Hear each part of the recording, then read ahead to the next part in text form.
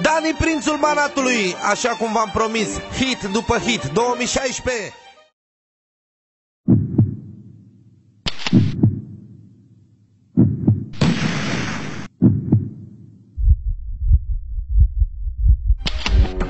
Viața mea a început cu barbut pe lângă bloc și în timp am simțit gustul crud de bagabon.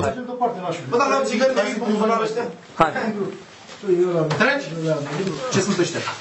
Bani? Ce sunt ăștia? Răspunde! Zi! Ce sunt ăștia? Ce sunt ăștia? Zi! Bani? Zruncină-l puțin. Ce?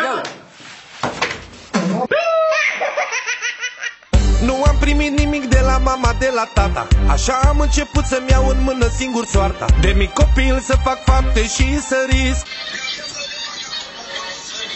Hai, Dani, hai.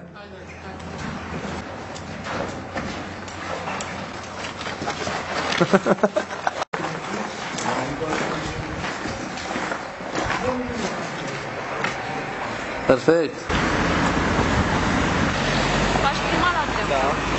După aia la stânga. Da.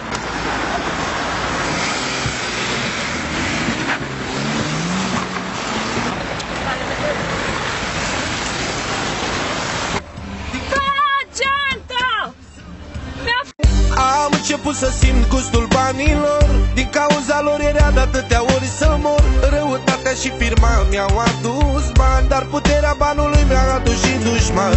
Am început să simt gustul banilor, din cauza lor era de atâtea ori să mor. Răutatea și firma mi-au adus bani, dar puterea banului mi-a adus și dușman. Yo-yo!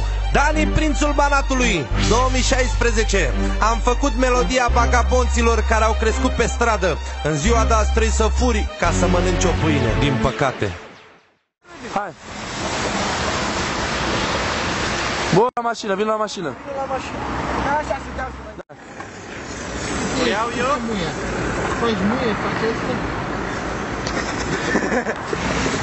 Hai.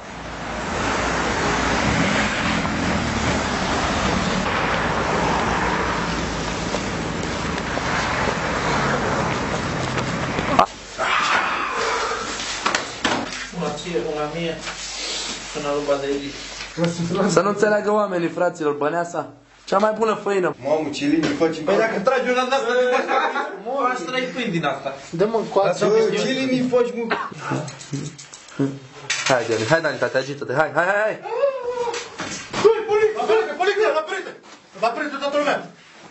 La perete! Bun, perfect, perfect. Am început să simt gustul banilor, din cauza lor era de atâtea ori să mor. Răutatea și firma mi-au adus bani, dar puterea banului mi-a adus și dușman. Am început să simt gustul banilor, din cauza lor era de atâtea ori să mor. Răutatea și firma mi-au adus bani, dar puterea banului mi-a adus și dușman.